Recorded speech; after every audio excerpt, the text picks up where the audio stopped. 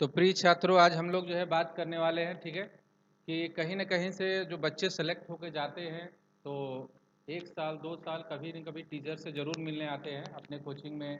जो चीज़ें क्या चल रही हैं, क्या हो रही हैं, ठीक है, क्योंकि उनका टीचर से बहुत ही लगाव होता है कि दूर होते हुए भी यहाँ पे आते हैं मिलने के लिए, ठीक है।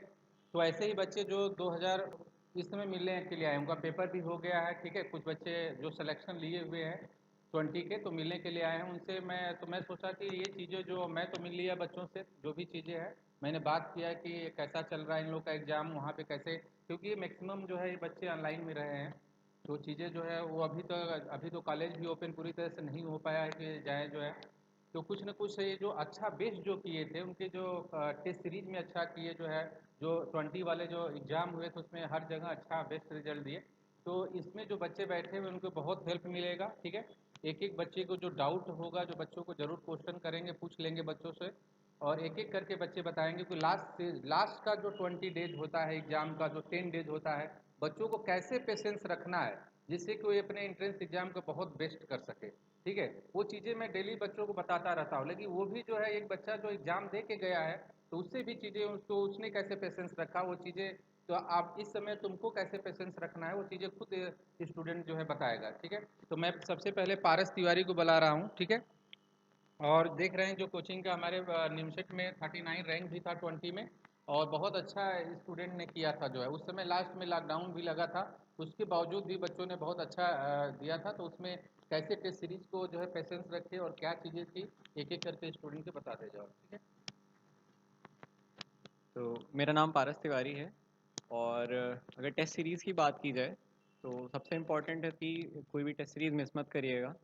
और उससे भी ज़्यादा इम्पॉर्टेंट होती है जो चीज़ होती है वो होती है अप सॉल्विंग। अप सॉल्विंग मतलब जैसे आपने कोई टेस्ट दिया तो उसे आप टेस्ट देने के बाद जब आप टाइम निकालते हैं उस पेपर को एनालाइज करिए कि आपसे क्या बना क्या नहीं बना। तो जैसे मैंने अपनी एक स्ट्रैटेजी बना के रखी थी, आपकी भी कोई स्ट्रैटेजी होगी तो आप उसको भी फॉलो कर सकते हैं। मैं क्या करता था कि मैंने जो क्वेश्चंस थे उनको 3 सेक्शंस में डिवाइड करके रखा हुआ था। वो थे कि पहले क्वेश्चन ऐसे होते थे जो जब मैं दोबारा लगाने की कोशिश करता था तो ऐसे क्वेश्चन होते जो मुझे एग्ज़ाम के टाइम पे समझ ही नहीं आए थे कि क्वेश्चन कहना क्या चाहता है। तो उन क्वेश्चन में थोड़ी ज़्यादा मेहनत लगती है तो उनको सबसे पहले सॉल्व करता था दोबारा। फिर उसके बाद ऐसे क्वेश्चन जिनको मैंने स्टार्ट किया, क्वेश्चन समझ में आ गया बट एंड पे आंसर नहीं निकाल पाया, तो उन क्वेश्चन को दोबारा लगाना उतना मुश्किल नहीं होता। बट क्योंकि प्रेजेंस ऑफ माइंड की बात होती है, थोड़ा दिमाग शांत रखना चाहिए, तो वो अपने आप हो जाते हैं मोस्टली ऐसे क्वेश्चन। और फिर लास्ट वो वाले क्वेश्चन होते हैं जो आपने एग्ज़ाम के टाइम में भी कर रखे होंगे और आप दोबारा देखेंगे तो वो तुरंत ही हो जाएंगे आपसे। तो मेरी स्ट्रैटेजी ये थी। लास्ट में दिमाग को कूल कैसे देखो, रखें। ये सबसे इम्पॉर्टेंट चीज़ होती है किसी भी एग्ज़ाम को लेकर के।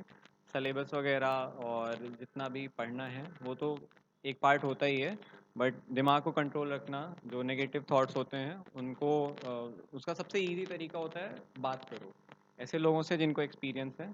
तुम्हारे पास एक बहुत अच्छा रिसोर्स है जो कि सर खुद हैं, तुम उनसे आकर के बात करोगे तुम्हें खुद समझ आएगा कि ऐसा होता है। और जो लोग मेहनत करते हैं उनके साथ ही ऐसे क्वेश्चंस आते हैं, उनके डाउट्स अपने आप खुद ही आते हैं। और वो सबके साथ होता है, सिर्फ तुम्हारे साथ नहीं होता, सबके साथ होता है किसी ना किसी स्टेज पे। तो दिमाग शांत रखना है और प्रेजेंस ऑफ माइंड रखना है। कई सारे क्वेश्चंस जो एग्ज़ाम में होते हैं वो ऐसे होंगे कि सिर्फ तुम ऑप्शन देख करके बता सकते हो कि क्या सही है क्या नहीं है, बट तुम इतना हड़बड़ी में रहते हो, इतनी जल्दी में रहते हो कि तुम वो ऑप्शंस को इग्नोर कर देते हो और क्वेश्चन में ही भिड़े रह जाते हो। तो उससे तुम्हारा टाइम भी वेस्ट होता है और क्वेश्चन सही होगा या नहीं होगा वो तो अलग ही बात है। तो इसलिए इम्पॉर्टेंट ये है। और रही बात कैसे करना है, धीरे धीरे प्रैक्टिस से आएगा। अपनी मेहनत पे भरोसा रखो क्योंकि तुमने साल भर पढ़ाई की है अपने एग्ज़ाम के लिए। तुमने इतना टाइम दिया है, रोज़ तुम 6 घंटे 7 घंटे 8 घंटे 10 घंटे पढ़ते हो। तो तुमने इतना इन्वेस्ट किया है अपने ऊपर, तो तुम्हें खुद पे भरोसा भी होना चाहिए ना। तो उस चीज़ को खुद को रियलाइज़ करो कि तुम कर सकते हो। और इतना कोई भी चीज़ इतनी मुश्किल नहीं होती कि की ना जा सके। हम भी आपकी तरह स्टूडेंट थे, जब जब हम पढ़ा करते तो हमने भी किया और मेरे दोस्तों ने भी किया, आप भी कर लोगे, बस उतनी सी बात है। इम्पोर्टेंट टॉपिक्स कुछ कौन कौन सी हैं, और मतलब उसको कैसे हैंडल किया जाए, कुछ इम्पोर्टेंट टॉपिक्स को कैसे हैंडल किया जाए उसको, उसके बारे में कुछ बताइए। ओके, तो इस पे देखो दो चीज़ें आएंगी। इंपॉर्टेंट टॉपिक्स मतलब ऐसे कुछ सेक्शंस होते हैं जिनसे बहुत सारे क्वेश्चन आते हैं, जैसे फॉर एग्जांपल मैथमेटिक्स में कैलकुलस से बहुत क्वेश्चन आएंगे। और ज्योमेट्री से बहुत सारे क्वेश्चन आएंगे, ठीक है। तो प्रैक्टिस सबसे बेस्ट है, टेस्ट सीरीज़ की प्रैक्टिस बेस्ट है, क्योंकि जैसे टेस्ट सीरीज इसी तरीके से ही बनाई जाती है कि जो उसका फॉर्मेट होता है वो ओरिजिनल क्वेश्चन पेपर के टाइप का ही होता है, ठीक है। तो इसके लिए कुछ स्पेशल करने की तुम्हें ज़रूरत ही नहीं है, तुम ऑलरेडी टेस्ट सीरीज दे रहे हो, तुम उसको अब सॉल्व कर रहे हो, तो उस पर स्ट्रेस लेने जैसी तो कोई बात ही नहीं हुई, है ना।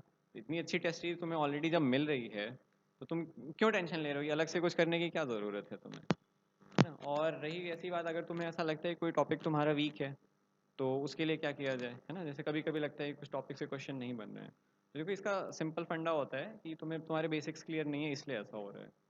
तो दो ही चीज़ें हैं, एक बेसिक्स क्लियर कर ली, दूसरा क्या, उस क्वेश्चन की प्रैक्टिस कर ली, कुछ क्वेश्चन की, क्योंकि बुक्स वगैरह हैं तुम्हारे टेस्ट सीरीज में भी होंगे, आप सॉल्व किए क्वेश्चन, अगर नहीं हो रहा है तो एक बार किया, दो बार किया, तीन बार, 10वीं बार तक में तो हो जाएगा ना कुछ करके, तुमने मान लो सोल्यूशन ही देख लिया, फिर उसको 3-4 दिन बाद, एक हफ्ते बाद जाकर के फिर से देखोगे या तुम्हें वो याद है, या तुम उस कंसेप्ट को पकड़ पा रहे हो, अब लगा पा रहे हो। तो बस ये रिवीजन वाला ये गेम है, और तो कुछ खास नहीं है उसमें, तो कुछ इतना मुश्किल नहीं होता कुछ भी, बस स्ट्रैटेजी करेक्ट होनी चाहिए।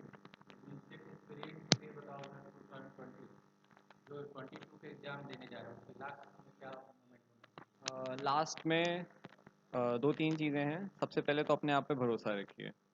कोई भी ऐसे जादू नहीं होता है, या कोई भी चीज़ ऐसे अचानक से बदल नहीं जाएगी, जो आपने साल भर किया है वही आपके साथ चलेगा एंड तक। अपने ऊपर भरोसा रखिए, अपने टीचर के ऊपर भरोसा रखिए, और अपना दिमाग शांत रखिए। एग्ज़ाम के टाइम में ये सबसे ज़्यादा इंपॉर्टेंट होता है, अपने हेल्थ का ख्याल रखिए, वो तो बहुत ही ज़्यादा इंपॉर्टेंट है, जो बच्चे सबसे ज़्यादा नेगलेक्ट कर देते हैं। और एंड का टाइम है, अब अगर तबीयत ख़राब हुई तो तुम्हारी एकेडमिक्स भी डिस्टर्ब होंगी, तुम्हारा पीस ऑफ माइंड भी डिस्टर्ब होगा, ठीक है। तो हेल्थ का तो बिल्कुल ही ध्यान रखना, क्योंकि गर्मी भी बहुत हो रही है इस टाइम पे, है ना।